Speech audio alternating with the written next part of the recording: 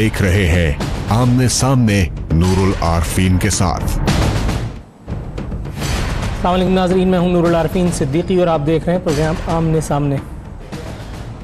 अल्लाह रब्बुल इज़्ज़त के ग़ैज़ व ग़ज़ब की 3 निशानियां जिनके ऊपर आज के प्रोग्राम का ये इंट्रो डिपेंड करता है। पहले ज़रा मुलाहिज़ा कीजिए एक वीडियो क्लिप की रोशनी में जिसमें मौलाना तारिक जमील अपनी मालूमात की रोशनी में हमें कुछ आगाही फराहम करना चाह रहे हैं। पहले एक क्लिप देखिए, उसके बाद फिर बात का आगाज़ करेंगे। मूसा अलैहिस्सलाम ने अल्लाह से पूछा, या अल्लाह जब तू नाराज़ होता है तो क्या निशानी है?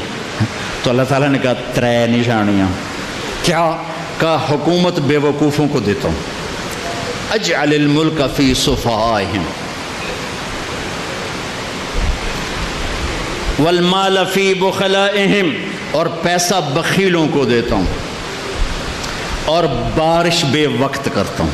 उम्तुर अलैहिम इब्बान हसादिहिम, बारिश बेवक्त, पैसा बखीलों के पास, हुकूमत बेवकूफ़ों के पास। याला जब तू राज़ी होता है तो क्या निशानी? क्या राज़ी होता हूँ? 3 निशानियाँ। बारिश मौके पे, उम्तुर अलैहिम इब्बान ज़रअहिम वल माल फ़ी सुमहाइहिम वल मुल्क फ़ी हुलमाइहिम, हुकूमत अक्लमंद लोगों को देता हूँ, पैसा सखियों को देता हूँ, और बारिश वक्त पे करता हूँ। जब नाराज़ होता हूँ उल्टा कर देता हूँ। अब दावत फ़िक्र है मेरे और आपके लिए कि क्या पाकिस्तान में अल्लाह ताला के ग़ैज़ व ग़ज़ब की ये तीनों निशानियाँ पूरी नहीं हो गई जिनका बयान अभी मौलाना तारिक जमील फरमा रहे थे, और ज़ाहिर ही अपने घर से नहीं कह रहे थे, कुरान और सुन्नत की रोशनी में ही बात की जा रही होगी। आप मौलाना तारिक जमील से इख्तिलाफ़ कर सकते हैं, लेकिन कुरान और सुन्नत की इस एक बात से नहीं जो बयान फरमा रहे थे। कारोबारी शख्स को हमारे यहाँ सफ़ीर लगा दिया जाता है, इस बात से कतई बेखबर के फ़ॉरेन अफेयर्स से उसका ताल्लुक़ है, लेना देना है या नहीं है। एक 70-75 साल बूढ़े को हम सिर्फ इसलिए कि वो हुकूमत की मुकर्रब लोगों में उसका शुमार है, वो साफ़ी है, उसने कभी गेंद बल्ले की शक्ल नहीं देखी, हम उसे पीसीबी का चेयरमैन लगा देते हैं। पीसीबी का चेयरमैन बनने के बाद उसने दुनिया में पाकिस्तान का कितना नाम रोशन किया, ये एक अलग कहानी है जिसके ऊपर एक अलग प्रोग्राम हो सकता है। निजी तैयारों में सफ़र करने वाले हमारे ये मसीहा जिनका ताल्लुक़ पाकिस्तान की कम व बेश तमाम सियासी जमातों से है, जिनके कुत्ते बिल्लियाँ तक निजी तैयारों में सफ़र करते हैं, पाकिस्तान में आवाम को पीने का साफ़ पानी तक नहीं दे सके। अपनी सिक्योरिटी पर इतने कंसर्न रहते हैं कि आवाम को फरामोश कर डालते हैं, या अक्सर फरामोश कर डालते हैं। अपने दांत की दवा लेने दुबई जाते हैं, लंदन जाते हैं, अमेरिका जाते हैं, और पढ़ा लिखा पंजाब, पढ़ा लिखा सिंध, पढ़ा लिखा वॉटेवर के नाम पर मुद्दतों से आवाम को यहाँ लाल दवा नसीब नहीं हुई। यहाँ जिना अस्पताल और मुख्तलिफ सरकारी अस्पतालों का जो हाल है, सड़क पर बच्चे जन रही हैं, इल्ला माज़ल्ला यहाँ की ख़वातीन, और पंजाब है, सिंध है कि पढ़ने और लिखने में ही लगा हुआ है। सिंध में एक और हादसा पिछले दिनों हुआ। सिंध में नाक़िस वैक्सीन, एक और मरतबा नाक़िस वैक्सीन की मदद से कई अमवात हो गई। ये बेचारा बच्चा भी अपनी जान अफरीन की सुपुर्द कर गया, सिर्फ इसलिए कि पाकिस्तान में अल्हम्दुलिल्लाह सुम्मा अल्हम्दुलिल्लाह जमहूरियत का पौधा फल फूल रहा है। और जाहिर है कि जब जमहूरियत का पौधा फल फूलता है तो उसकी कीमत भी बेचारे जमहूर को चुकानी पड़ती है। इस बच्चे को भी अनफॉर्चुनेटली जमहूरियत की मजबूती की कीमत चुकाना पड़ी। सिंध में हमारे यहाँ कुछ और मामलात भी थे, वगरना वज़ीर आला सिंध, हमारी कैबिनेट, हमारे प्रोविंशियल मिनिस्टर्स यकीनन से एक बच्चे के लिए कुछ ना कुछ सोचते। वज़ीर आला साहब को और बड़े दुख हैं। उनके दुख सबसे ज़्यादा ये है कि PSL का फाइनल यहाँ होना है, मैच के लिए वो उधम चौकड़ी मचाते फिर रहे हैं, नेशनल स्टेडियम के दौरे कर रहे हैं। ये इस वक्त अपनी टेलीविजन स्क्रीन पर आप जिन हस्ती को देख रहे थे, टी-शर्ट में अपनी जवानी दिखा रहे थे, ये बेसिकली गोशे नशीनी में मुब्तला एक शख्सियत हैं जिनका इंटरव्यू करने की हसरत दिल में लिए मैं बूढ़ा होता चला जा रहा हूँ। पिछली दफ़ा जब इनको टैप करना शुरू किया था तो इन्होंने एक फ़ोन के ज़रिए मेरा मुंह बंद करा दिया।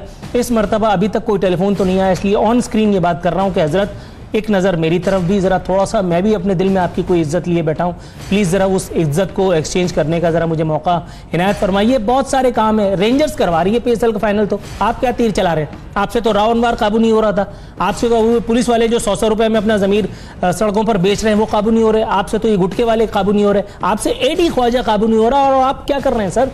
माँ सिवाय प्रोटोकॉल में, सरकारी प्रोटोकॉल में घूमने के। गोशे नशीन मेयर एक और ये हमारी हस्ती हैं, ये ऐसी इनकलाबी हस्ती हैं कि अल्ताफ़ भाई के बिल्कुल जिसको कहते हैं कि परवरिश का ये एक नादिर नायाब नमूना है। पहले उन्होंने हमारा खून चूसा, अब ये चूस रहे हैं। बारिश हो मेयर गायब, आफत आए मेयर गायब। लेकिन जैसे ही PSL का ये अल्लाह हमारा फाइनल आया हमारे सरों पर, वसीम अख्तर अपने जो है वो आस्ताने से निकल करके और हमारे सीनों पे मूंग दलने के लिए आ गए। ये कहीं किसी और जगह जाए ना जाए, लेकिन स्टेडियम का और इधर उधर का दौरा करके ये अपनी हाजिरी को, अपने नंबर को बनाने की कोशिश ज़रूर फरमा रहे हैं। उन बच्चों की तरफ दोबारा आता हूं जिन्होंने जमहूरियत के पौधे को मजबूत करने के लिए अपनी जानें दी। सेक्रेटरी सेहत ने अपने तौर पर एक बड़ा तीर मारा है। सेक्रेटरी सेहत है फजलुल्लाह पेचोहू, अगर मैं इनका नाम सही पढ़ रहा हूं तो ये है वो हस्ती। इन्होंने अपने तौर पर उस नाकिस वैक्सीन से होने वाली हलाकतों का सबब ठहराया है बेचारी लेडी हेल्थ वर्कर पे। ये इन्होंने कोई तीर तोप नहीं चलाया। इससे पहले मैं अपने प्रोग्राम्स में एस्टैब्लिश कर चुका हूं कि हमारे यहाँ आदि मुजरिमों जैसी हरकतें हैं वुज़रा की और हमारे दूसरे लोगों की। जब कोई हादसा, जब कोई वाक़या होता है तो सबसे नीचे वाले चपरासी के ऊपर सारा मलबा डाल के और खुद हाथ जाड़ के खड़े हो जाते हैं। हजरत आप क्या कर रहे थे? आपकी वजारत, आपकी जो मुतल्लिका डिपार्टमेंट है, जो मुतल्लिका मिनिस्ट्री है, वो क्या कर रही थी? ये जो अभी घूमते हुए नजर आ रहे हैं किसी बाग में चहलकदमी नहीं कर रहे थे। संगीन नौइयत के मुकदमात इनके ऊपर हैं, लेकिन चूंकि पाकिस्तान में जमहूरियत मजबूत हो गई है, मजाले कि कोई माई का लाल इनका मूंछ का बाल तोड़ ले। मूंछें तो सफ़ेद हो गई हैं लेकिन बाल आप फिर भी नहीं तोड़ पाएंगे। सेनेट का इलेक्शन, जमहूरियत का पौधा जाहिर है कि सेनेट तक जाता है और सेनेट में जाकर के इस पौधे ने अपनी बाकी जो है वो किरणें निछावर की। होलसेल में बिके हैं सब, मोस्टली होलसेल में, और इस इलेक्शन ने सबको एक्सपोज कर दिया। किसी ने शॉपिंग की तो उसने अपने आप को छुपाने की कोशिश नहीं की। यह हुस्न है जमहूरियत का पाकिस्तान में। जो बिका उसने भी झुटलाने की कोशिश नहीं की। कोई इस्लामी इनकलाब के नारे लेता था। सिराजुल हक साहब, जरा सिराजुल हक साहब का एक साउंड बाइट मैं आपको दिखाता हूं। सिराजुल हक साहब तब्दीली की बातें करते थे और उन्होंने इनको जो ख़त्म नबूवत के हवाले से एक मुतनाज़ा रोल उसका रहा है कि उसने अपने जो मिनिस्टर्स हैं उनका एहतसाब नहीं किया और वो एक बिल चला और फिर एक वहाँ से एक तूफ़ानी किस्म के मौलवी नाजिल हुए थे यहाँ इस्लामाबाद में, और कराची में भी चक्का जाम उन्होंने किया था। ज़रा दिखाइए जी, सिराज साहब क्या तावील गढ़ रहे थे? हमने उस वक्त भी कहा था कि हम एक ज़ाती और शख्सी मेरिट की बुनियाद पर फैसला करते हैं, और जाहिर है जो दूसरा फरीक था, मुझे खुद जरदारी साहब ने फोन किया दुआ के लिए भी और दवा के लिए भी, लेकिन जो उम्मीदवार उन्होंने लाया था, सच्ची बात यह है कि इस सेनेट के कैंडिडेट बनने से कबल उनका नाम हमने नहीं सुना था। और राजा ज़फ़रुल हक साहब को सिर्फ पर्सनल ज़ाती करैक्टर, ज़ाती किरदार और उनके शख्सी किरदार की वजह से हमने वोट दिया। अभी इंतहाई ऑब्जेक्शनेबल और बहुत ही माजरत के साथ इंतहाई अहमकाना बात है ज़ाती किरदार की वजह से। मैं अपने घर में जाके तहज्जुद पढ़ रहा हूँ और मेरा नाम है अमाल जो से है, इससे क्या फ़र्क पड़ता है? सुल्ताना डाकू मस्जिद में जाकर के तरावियाँ पढ़ाता था, उससे क्या फ़र्क पड़ता है? शाम को तो डकैती मारता था हजरत। मैं उनकी मवाजना खुदा न खास्ता सुल्ताना डाकू से नहीं कर रहा हूँ, लेकिन बात ये उनके नामा अमाल में मासिवाए यस्सर के जी हुजूरी के था क्या? और पर्सनल ताल्लुकात अगर इस्तेवार करने थे तो आप उनके बेटे के अकीके में शिरकत करते या अपने बेटे के अकीके में उनको बुलाते। ये इस्लामी इनकलाब को उनके कंधे पर रख के बेचने की क्या जरूरत थी?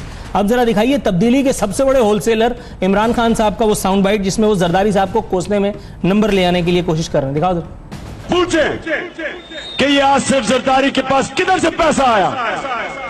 सारी इसने यहाँ लोगों को डरा के, धमका के, गुंडों के जरिए लोगों को कत्ल करवा के इसने शुगर मिलें ली हुई है। सिंध में गन्ने वाला बेचारा छोटा किसान, उसको कीमत नहीं मिलती। इसने यहाँ पुलिस को तबाह किया हुआ है, पुलिस को इस्तेमाल करता है लोगों पर जुल्म करने के लिए। कितने मजे की बात है कि अगर वो उस वक्त लोगों पे जुल्म कर रहा था बकौल इमरान खान के, तो ये जुल्म अचानक इमरान खान साहब के साथ मिलते ही कैसे हो गया? इतनी बड़ी रूहानी शख्सियत है आप कि आपके मिलते ही लोग जो है राह रास्त पे आ जाते हैं। हजरत जरा कराची का दौरा कर लीजिए, मैं आपको 3-4 जगहों पे ले जाऊंगा। अल्ताफ भाई के मतवाले आपका शिद्दत से इंतजार कर रहे हैं। अगर आप मौलाना तारिक जमील को भी रूहानियत पे पीछे छोड़ चुके हैं, कोई मतलब सेंस होता है? एक आदमी के साथ आप मिल गए और अब आप जवाज ले तो लाल कर रहे हैं, जवाज तराश रहे हैं उसके साथ देने का। अब आप कह रहे हैं कि मैं नवाज और जरदारी को टफ टाइम दूंगा। जरदारी को टफ टाइम आप किस मुंह से देंगे सर? आप पहले तो ऑथेंटिकेट कर चुके हैं उनकी सल्तनत को। बहरहाल इसी नौइयत के मौज़ूआत का अहाता करेंगे कि पाकिस्तानी सियासत ज़रूरियात की, मफादात की फैक्ट्री क्यों बन गई है। हमारे साथ मौजूद होंगे राना अफजल साहब, वज़ीर मुमलिकत बराए ख़जाना है, पाकिस्तान मुस्लिम लीग नवाज से इनका ताल्लुक़ है। आजिज़ धामरा साहब मारूफ सियासतदान हैं, पाकिस्तान पीपल्स पार्टी से इनका ताल्लुक़ है, किसी तारुफ के मोहताज नहीं। एजाज चौधरी साहब पाकिस्तान तहरीक इंसाफ से इनका ताल्लुक़ है, ये भी हमारे साथ मौजूद होंगे। और लियाकत बलोच साहब जमात इस्लामी से इनका ताल्लुक़ है, इनसे पूछेंगे कि इस्लामी इनकलाब को जरदारी साहब की जो है शरण जो मिल गई है, इसके बाद ये इनकलाब की शक्ल क्या होगी। लेकिन यहाँ वक्त हुआ प्रोग्राम में एक मुख्तसर से वक्फे के बाद जब वापस आएंगे तो अपनी गुफ्तगू के सिलसिले को आगे बढ़ाएंगे।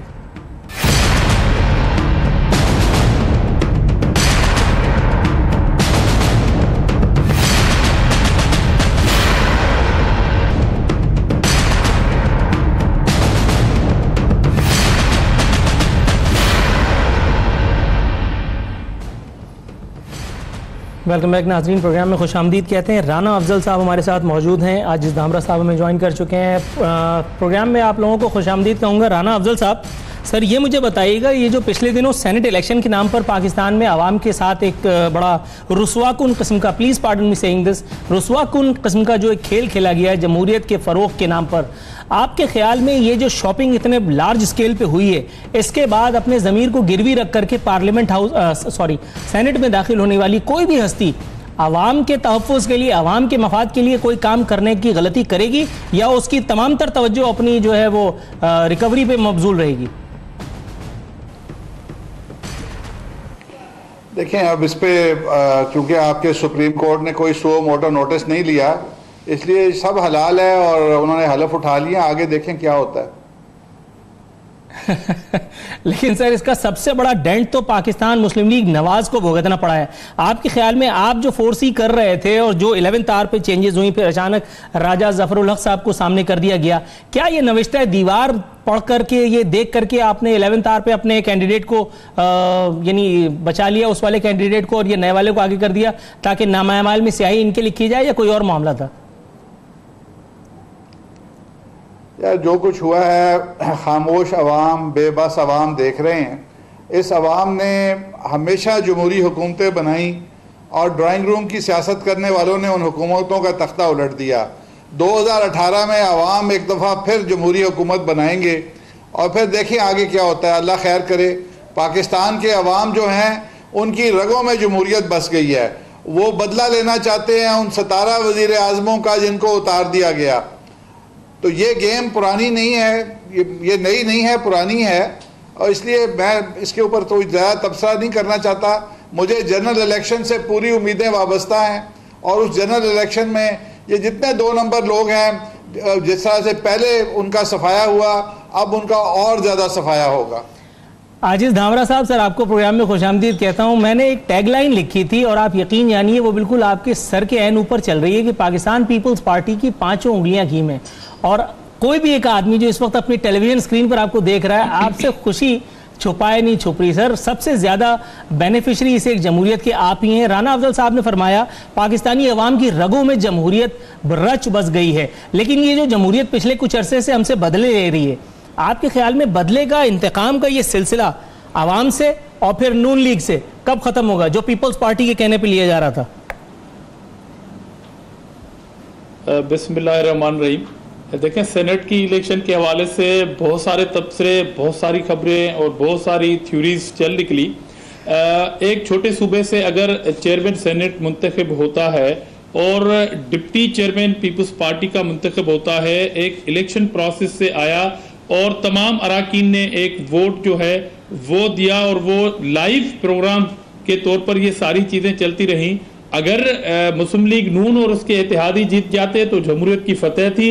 अगर छोटे सूबे से चेयरमैन आया और पीपल्स पार्टी उसके साथ इत्तेहादी के तौर पर सामने रही, देखे पावर गेम में यही होता है। पार्लियामेंट की सियासत के अंदर यह भी होता है, कुछ बड़ी जमातें अपने इत्तेहादियों के साथ मिला के इलेक्शन करती हैं, कभी शिकस्त आ जाती है और कहीं वो टारगेट अचीव किए जाते हैं। तो मुस्लिम लीग नून के साथ अगर जो इत्तेहादी साथ खड़े थे वो सारे जमहूरियत के चैंपियन हैं और मुस्लिम लीग नून की हुकूमत भी मौजूद है, कैबिनेट भी मौजूद है, प्राइम मिनिस्टर भी मौजूद है और वहां पर जमहूरियत को कोई खतरा नजर नहीं आ रहा है। मगर सेनेट की इलेक्शन में जो शिकस्त है वो उन्हें खतरा नजर आ रही है कि जमहूरियत के खिलाफ खतरा कहीं ना खुदा न खास्ता आ चुका है। तो ये तो अजीब एक बात है कि पीपल्स पार्टी और उसके इत्तेहादी जीत जाए तो ये जमहूरियत के खिलाफ एक बहुत बड़ी गहरी साजिश है और आपको अपने इत्तेहादी वोट नहीं दे रहे हैं, आप अपने इत्तेहादियों पे शक कर रहे हैं, उनको बुला, उनकी पेशियां हो रही है कि आपने हमें वोट नहीं दिया, तो अब उसमें पीपल्स पार्टी का कहां पे गुनाह कबीरा जो है वो सामने आया? मुझे ये राना अफजल साहब, सर चीफ इलेक्शन कमिश्नर साहब का एक स्टेटमेंट है, फरमाते हैं सेनेट इलेक्शन में हॉर्स ट्रेडिंग हुई, ये भी खबर नहीं है, पुरानी खबर है। वोट खरीदना जुर्म है, ये तो गली के बच्चे को भी मालूम है। तहकीकात के लिए खुफिया इदारों से मदद लेंगे, ये कुछ नया था। आपके ख्याल में ये बारिश जब बरस गई तो ये बिन बादल बरसात का क्या जरूरत थी? मतलब अब ये इखलाकन ये स्टेटमेंट देने की और अपनी हसरत नातमाम का शिकवा लिखने की और हमारे दिल में जो छाले पनप रहे हैं उनको सुई मार के फोड़ देने की जरूरत क्या थी? मुझे तो यही समझ नहीं आ रही कि खुफिया काम की खुफिया इदारे मदद देंगे। अब उनको कोशिश कर रहे दें, देखें क्या निकलता है। अवाम जहाँ वो कहते हैं, मुझे वो मैं क्योंकि शायरी कम जानता हूँ, वो कहते हैं मैं ही ना जानूँ सारा जहाँ जानता है, वो इस तरह की कोई बात है, तो उनको ट्राई कर लेने दें। सर बहुत इख्तिसार से बड़ा दामन मचा करके आप काम चला रहे हैं, इस तरह तो कंटेंट ही पूरा नहीं होगा। लेकिन ये मुझे बताइए कि ये बदकिस्मती से वोट खरीदने और बेचने वाले भी पार्लियामेंटेरियंस हैं। अब ये जो फबती कसी जा रही है, ये पार्लियामेंट में ही जब इस तरह के काम होने लगेंगे तो आपके ख्याल में एक आम आदमी को क्या मैसेज कन्वे होता है कि जो हमारे मसीहाए कराम हैं, इनके लिए बड़े से बड़े मामले की कोई हैसियत नहीं, इनके सामने सिर्फ यानी with all due respect, please pardon me saying this again, कि इनके सामने सिर्फ मफादात ही सब कुछ है। देखें, इस्लाम के अंदर अपॉर्चुनिटी को ख़त्म करने की बात होती है। ख़वातीन को कहा जाता है पर्दा करें, मर्दों को कहा जाता है नज़रें नीची रखें। जब सिस्टम अपॉर्चुनिटी क्रिएट करेगा तो फिर ये कुछ होगा। जब सिस्टम अच्छे खासे अपने पार्टी के टिकट पे लड़ने वाले लोगों को कहेगा नहीं आप एक दिन लेट हो गए, आप शेर के निशान पे नहीं लड़ेंगे, उनको अपॉर्चुनिटी देंगे।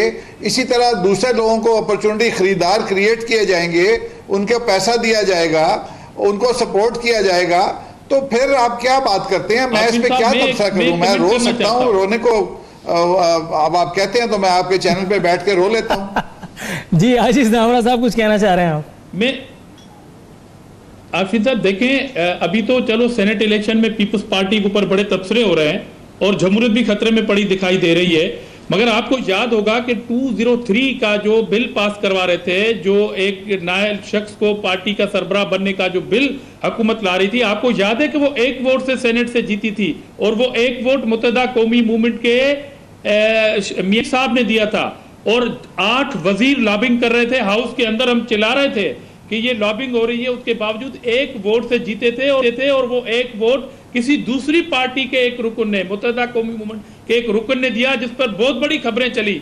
वहां पर मुस्लिम लीग नून को क्यों जमहूरियत खतरे में नजर नहीं आ रही है कि आपने ऐवान में से अपनी पार्टी से अलावा, अपने इत्तेहादियों से अलावा एक अपोजिशन की पार्टी का एक रुकन जो है वो आपको वोट देता है और उसमें जो है आप दुरुस्त है सर। यहाँ खता कलामी की गुंजाइश निकालते हुए यहाँ मैं एजाज चौधरी साहब को प्रोग्राम में शामिल करूंगा। एजाज साहब अस्सलाम वालेकुम।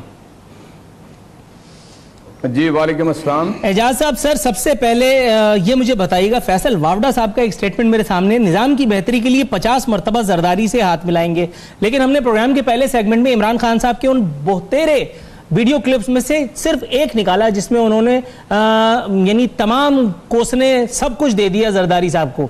अब उसके बाद अगर लीडरशिप को, निचली लीडरशिप को जवाज तराशने पड़े, ले तो लाल करनी पड़े, तो आपके ख्याल में कोई फेस सेविंग का तरीका नजर आ रहा है आपको? बहुत शुक्रिया, आपने मौका दिया बात करने का। मेरा ख्याल है कि आप इमरान खान की बात पे एतमाद करें और पार्टी का जो ऑफिशियल सरकारी मौक़िफ़ है वो वही है जो चेयरमैन पीटीआई ने दिया है। और मेरा ख्याल है कि पार्लियामेंट के अंदर एक से ज़्यादा मरतबा ऐसा हुआ है कि अपोजिशन को इकट्ठे होकर कोई फैसला करना पड़ा है। इसलिए इससे एक यानी मसले को आप जो पीटीआई का एक मौक़िफ़ है उससे कंफ्यूज ना करें। यह बिल्कुल वाज़ेह है। जब हमने इस बात का ऐलान किया था तो हमने ये अर्ज़ की थी कि असल में पाकिस्तान के अंदर इस वक्त सबसे ज़्यादा निगलेक्ट जो है वो बलूचिस्तान है। बलोचों के एक्सप्लॉइट करने वाले दिल्ली के अंदर, काबुल के अंदर, बरतानिया के अंदर बैठे हैं और वो यही कहते हैं कि आपका क्या हिस्सा है पाकिस्तान के अंदर। और यहाँ पर हमें एक आदत पड़ी हुई है कहने की कि बलूचिस्तान छोटा सूबा है, हालांकि बलूचिस्तान सिर्फ आबादी कम है उसकी, बाकी हर तरह वो बड़ा सूबा है, रकबे में वो बड़ा है, नेचुरल रिसोर्सेज में वो बड़ा है। जो आप सी पैक का दुनिया को बता रहे हैं उस हवाले से सबसे ज़्यादा अहमियत उसकी है, गवादर पोर्ट के हवाले से सबसे ज़्यादा अहमियत उसकी है। तो तहरीक इंसाफ ने इसको अपना हदफ बनाया कि हम एक बलोच को एक मौका फराहम कर दें कि वो आके, तो आपकी बात बिल्कुल दुरुस्त है, लेकिन यहाँ कतल कलामी की गुंजाइश निकालते हुए मैं प्रोग्राम में एक ब्रेक भी अनाउंस करूंगा और उससे पहले सर यहाँ एक छोटा सा एक शगुफा छोड़ता जाऊंगा। ब्रेक से वापस आएंगे तो इस बात पर आप तब से करिएगा बिल्कुल कि आपने एक बलोच, एक आम बलोच के हाल पर रहम खाने का फैसला फरमाया, लेकिन वहाँ एक और बलोच को इसमें खुल खेलने का मौका मिल गया और दिल लगा करके शॉपिंग हुई। इसी एक फप्ती के साथ यहाँ नाजरीन वक्त हुआ प्रोग्राम में एक मुख्तसर सी कमर्शियल ब्रेक का। ब्रेक से वापस आएंगे तो अपने तमाम मुअज़्ज़िज़ मेहमानों से फर्दन इस एक कमेंट पर बात करेंगे।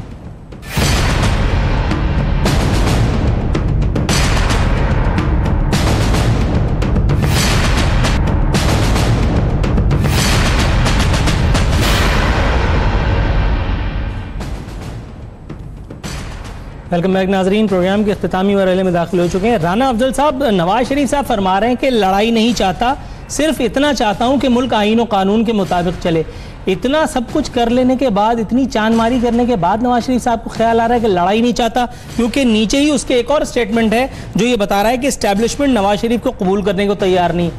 अब ये मुझे बताइए कि एस्टैब्लिशमेंट के खिलाफ जितनी बातें की हैं और अदलिया के हवाले से जितने बयानात उनके पब्लिकली मौजूद हैं, आपके ख्याल में उसके बाद अगर ये बयान दिया जाए कि मैं लड़ाई नहीं चाहता, तो आदमी अपनी हंसी किस तरह जब्त करे? अच्छी तरह से मामलात को पढ़ के और उनका जायज़ा लेके आपकी हंसी ज़ब्त हो जाएगी। नवाज शरीफ ने किसी भी चीज़ में पहल नहीं की। अदलिया ने जो रिमार्क्स दिए वहाँ से ये बात शुरू हुई और उसके ऊपर तमाम सीनियर वकला ने, अटॉर्नी जनरल ने, उन्होंने एतराज़ किया। जिस तरह से सेक्शन 184 के तहत ये केस चला, उस पर सीनियर वकला ने एतराज़ किया। नून लीग वाले बाद में बोले और फिर बहुत बड़े इल्ज़ामात लगाने के बाद बेटे की सज़ा के ऊपर उनको बेटे की से तनख्वाह लेने पर नाअहल कर दिया गया। तो नवाज शरीफ ने तो कोई पहल नहीं की। लेकिन अगर आप ये कहें कि आप किसी की बेइज्जती करें और वो आगे से बोले ना, तो ये मेरा ख्याल है कि ये फिर खाम ख्याली है। ये आप कोई शख्स भी ऐसा हो, चाहे वो कितना कमज़ोर हो, वो ज़रूर आगे से रिएक्ट करेगा। हमने किसी के डोमेन में काम नहीं किया, हमने किसी अदलिया की जगह काम करने की कोशिश नहीं की। हम नवाज शरीफ वहाँ पे ये अदालतों में नहीं गए उनसे पूछने के लिए कि अवाम किस तरह से दर बदर हो रहे हैं। वो इस तरह अदालतों में नहीं गए कि वो पूछें कितने हज़ार मुकदमात जो हैं वो स्टे ऑर्डर्स के तहत पड़े हुए हैं और किस तरह से अदालतों में करप्शन है। वो अपने डोमेन में रहे, अपनी मुल्क से दहशतगर्दी ख़त्म की, अपने मुल्क से बिजली की लोड शेडिंग को ख़त्म किया, मईशत के लिए जो कर सकते थे किया और पाकिस्तान को पाँव पे खड़ा किया। ना हम फ़ौज के साथ लड़ने का कोई शौक़ है, ना हम उनकी वर्दी लेना चाहते हैं, ना उनकी बंदूक लेना चाहते हैं। हम चाहते हैं फ़ौज अच्छी तरह से पाकिस्तान की हिफाजत करे और हम उनके लिए हर वो काम करें जो पाकिस्तान के लिए अच्छा हो। तो लेकिन जब दूसरे लोग आके मुदाखलत करेंगे तो वो कोई भी बर्दाश्त नहीं करेगा। ये हमारी पॉलिसी है और हम पाकिस्तान की जमहूरियत को किसी भी इस किस्म की चीज़ों से बचाना चाहते हैं। आजिज धामरा साहब, सर ये मुझे बताइए, ये अज़राह तफन्नुन ने एक स्टेटमेंट दिया है नासिर शाह साहब ने, इनकी हिस्से मज़ा को भी दाद देनी पड़ती है। फरमाते हैं सेनेट इलेक्शन नंबर गेम था जिसमें कामयाब हुए। नंबर तो मेरी क्लास में एक नालायक बच्चा था, वो भी नकल करके ले आता था और मुझसे ज़्यादा ही कमबख्त के हमेशा नंबर आए, लेकिन अमली जिंदगी में वो बेचारा ख्वार है। तो ऐसे नंबर का क्या करना जो नकल से आए। दूसरी बात, नासिर शाह साहब फरमाते हैं कि बड़ी बुराई को खत्म करने के लिए छोटी बुराई से हाथ मिलाने में कोई मुजायका नहीं। अब आप समझ रहे हैं पीटीआई ने आपसे इत्तेहाद क्यों किया? देखिए, मैं नासिर शाह साहब की बात पे जरूर आपको जवाब दूंगा, मगर मुझे एक समझ में नहीं आ रही बात आरफी साहब, ये मुस्लिम लीग नून जो है वो सियासी तौर पर आधा तीतर और आधा बटेर की तरह जो सियासत करती है, ये जब अपने इज्तिमा में जब मियाँ साहब बयान देते हैं कि हम जब इक़्तिदार में आएंगे तो यूं कर देंगे, हम इस्लाहात लाएंगे, हम ये कर देंगे, ये मायूसियां हैं। भाई आप खुद हुक्मरान हैं, आपका प्राइम मिनिस्टर है, और ये जो टॉक शो में मेरे साथी मेरे दोस्त बैठते हैं, ये खुद वफाकी वजीर है, ये हुकूमत का हिस्सा है। जब आप हुकूमत में हैं तो आप ये सारी चीजें क्यों नहीं कर रहे हैं? ये किससे मुतालबात कर रहे हैं आप? और पहली मर्तबा पार्लियामेंट में तमाम पॉलिटिकल पार्टीज के दरमियान एक कंसेंसस मौजूद था आर्टिकल 62 और 63 के हवाले से। जब हम कह रहे थे कि इसका खात्मा करना चाहिए, उस टाइम आपने जो है वो इनकार कर दिया। अब आपके पास कह रहे हैं कि हम 2018 की इलेक्शन में आने के बाद ये रिफॉर्म्स आएंगे। तो मुस्लिम लीग नून मुकम्मल तौर पर कंफ्यूज है, वो हुकूमत में है और बाजार जो है वो जलसों में और टॉक शो में कह रही है कि हम ये कर देंगे, हम वो कर देंगे। ये हुकूमत से मुतालबा करते हैं, हुकूमत भी खुद होते हैं। और जहां तक नासिर शाह साहब की आपने बात की, देखे पॉलिटिक्स के अंदर आपने बच्चे की नकल की बात की, मगर यहाँ पर नंबर्स के हवाले से जब बात करें तो मैंने अभी पहले बात की कि जब 203 का बिल पास हो रहा था सेनेट से, 1 वोट से PMLN जीती थी, और वो 1 वोट PMLN या उसके इत्तेहादी का नहीं था, वो अपोजिशन के जमात के एक रुकन में आतिक साहब का था। तो वहां पर जमहूरियत कहां पे खड़ी थी? अभी तो हम नासिर शाह साहब की बात पे तबसरा कर रहे हैं, मगर उस बात को हम कहां पे तबसरा करेंगे या किसके खिलाफ साजिश तस्वुर करेंगे? आजिज दामरा साहब, आपकी बात तो कन्वे हो गई, लेकिन जल्दी से राना साहब आप कमेंट फरमा दीजिए ताकि मैं एजाज चौधरी साहब के पास जाऊं उनका सब्र आजमाने के लिए। देखें, अभी पीपल्स पार्टी का जो मसला है ना, हमारी फाइनेंस मिनिस्ट्री बहुत जल्दी एक एमनेस्टी स्कीम ला रही है। उसमें हमारे जो 3 नवाज शरीफ साहब के लंदन के फ्लैट हैं, उनसे 300 गुना बड़े इनके 3 महल हैं। एक बिलावल हाउस लाहौर, एक बिलावल हाउस कराची, एक बिलावल हाउस दुबई। अब ये एमनेस्टी के अंदर ये उम्मीद लगाए बैठे हैं कि हमें वो जो ब्लैक मनी से बने हैं वो माफ हो जाएंगे। और ये इतने बड़े महल्लात हैं, इन्होंने आज तक ढंढोरा पीटा कि नवाज शरीफ के ऊपर, ताकि इनकी अपने वो छुपे रहें। और वो ऐसे बड़े महल्लात हैं जिनकी बेसमेंट्स हैं, खुफिया खाने हैं, पता नहीं क्या कुछ है। तो अब इनका ध्यान उन चीज़ों पे है, और इसीलिए इनकी कोशिश थी कि किसी कीमत पे सेनेट में इधर उधर इनके नुमाइंदे आ जाएं। लेकिन अल्लाह खैर करे, हम देखेंगे कि इनके साथ एजेंसियां और इनके साथ सुप्रीम कोर्ट क्या करती है। अच्छा, ये मुझे बताइए राना साहब, ये आपने खैर बड़ी इंफॉर्मेशन दी है मुझे। एजाज चौधरी साहब, सर 2 सवालात हैं आपसे, क्योंकि आपने बहुत सब्र का मुजाहरा किया है, तो इसका अजर 2 सवालात की सूरत में दे सकता हूं, मैं गरीब आदमी हूं। ये मुझे बताइए कि राना अफजल साहब की हुकूमत भी है। मैं राना साहब की बात समझ नहीं सका था, आवाज नहीं आ रही थी मेरे। आजिज दामरा साहब, आपको मेरी आवाज आ रही है ना? जी जी जी, अब सुनिए राना साहब ने क्या कहा। अच्छा एजाज साहब, राना अफजल साहब ने यह फरमाया कि बिलावल हाउस जो है वो काली कमाई से बना, उसकी तहखाने हैं और उसमें पता नहीं क्या अला बला पड़ा हुआ है, वल्लाह आलम इनको किसी ने बताया है। ये मुझे बताइए कि अगर ये हुकूमत वक्त है तो ये मुझे बताने के बजाय, ये मेरे टॉक शो में बताने के बजाय एजेंसियों को चढ़वा दें, फौज को उतरवा दें, यही तो पुलिस को उतरवा दें। ये काम टॉक शो में बैठ के करने का तो नहीं है। बात मैं बता रहा हूँ मुस्लिम लीग नून की। मैं यही तो कह रहा हूँ कि रायगढ़ में आपके जो मॉडल टाउन के जो महल है वो काफिरों पे है, बहुत काटदार है। मॉडल टाउन वाला तारीफ किए बगैर नहीं रह सकता। ये दोनों बड़ी सियासी जमातें जो हैं, ये दोनों बड़ी सियासी जमातें हैं, इन्होंने बरसा बरस पाकिस्तान के ऊपर हुकूमत की है, और मुल्क का जो बुरा हाल है इस वक्त, जो बर्बाद हो गया है मुल्क, ये हमारी इसी रूलिंग एलीट की वजह से हुआ है। इसलिए ये जो तहरीक इंसाफ ने एहतसाब की तहरीक चलाई है, इसमें नून लीग हो, खुद तहरीक इंसाफ हो, जनाब पीपल्स पार्टी हो या आसफ अली जरदारी साहब हो, जो एहतसाब के अदारे हैं, किसी को माफ नहीं करना चाहिए। सबको जिस बात के ऊपर अंदेशा या खदशा पैदा हो कि यह हराम की कमाई है और कौम का माल लूटा गया है, उसके ऊपर फौरन कार्रवाई होनी चाहिए। और जो एहतसाब के अदारे हैं, ये हुकूमत के लिए यानी हाथ की छड़ी और घड़ी नहीं होनी चाहिए, बल्कि जो इस वक्त कानून कहता है उसके मुताबिक वो अपना एक्ट करें और किसी को माफ ना करें। मैं कहता हूं नून लीग और तहरीक इंसाफ तो अदालतों के अंदर और अदारों के सामने पेश हो रहे हैं। जरदारी साहब के बारे में भी तासुर यह है कि वो भी कोई छोटे खिलाड़ी नहीं है, बहुत बड़े खिलाड़ी हैं। आजिज दामरा साहब, नैब को सर ये किस खेल की बात हो रही है, जरा वजाहत कीजिएगा ताकि फिर शो को तवज्जो कर रहे हैं। जैसे स्विस अकाउंट्स वाला केस है, जैसे सरे महल है। एजाज साहब, मैं आजिज साहब से जवाब ले लूं। उसकी तरफ इशारे किए जा रहे हैं। एजाज साहब जी, जितनी 19 शुगर मिले हैं, 19 शुगर मिले हैं। आजिज दामरा साहब, सबको खंगालना चाहिए। अगर किसी के जायज है की बात तो अच्छा, मैं आपको बताता हूं और मुख्तसर एक आपके पास आधा मिनट है, जरा जल्दी से वाइंड अप करनी है। ये मुझे बताइए, किसी खेल का तस्करा फरमा रहे, खेल की निशानदेही इन्होंने नहीं की कि जरदारी साहब इसके खिलाड़ी हैं, अंदाजन जनरल नॉलेज का सवाल है, 30 नंबर है, ये कौन सा खेल हो सकता है? देखिए, जरदारी साहब सियासत के मैदान में एक दानिशमंद सियासी खिलाड़ी के तौर पर मशहूर हैं और वो मारूफ एक दानिशमंद सियासतदान है। वो साबिक सदर पाकिस्तान रह चुके हैं, वो सियासत को समझते हैं और सियासत के तमाम दाव पीच को समझते हैं। वो एक वफाकी सोच के हामिल एक दानिशमंद सियासतदान है। उसको फिर आप किसी भी तरह खिलाड़ी कहें या क्या भी कहें, वो कह सकते हैं, मगर वो दानिशमंद एक सियासत की नफ्स पे हाथ रखने वाले एक बेहतरीन डॉक्टर और प्रोफेसर है। नाज़रीन, इसी एक इंकशाफ के साथ आज साहब, राना अफजल साहब और एजाज चौधरी साहब का मैं इंतहाई मशकूर हूँ कि उन्होंने अपनी मसरूफियात के बावजूद हमारे प्रोग्राम को वक्त दिया। इनकलाबात ज़माना है, मौजज़ात की सदी है कि पूरा प्रोग्राम हो गया और जमात इस्लामी का वर्जन लेने के लिए मैं और मेरी टीम अपनी तमाम तर कोशिशों के बावजूद एक ऑडियो बीपर हासिल नहीं कर सके, डिस्पाइट कमिटमेंट फ्रॉम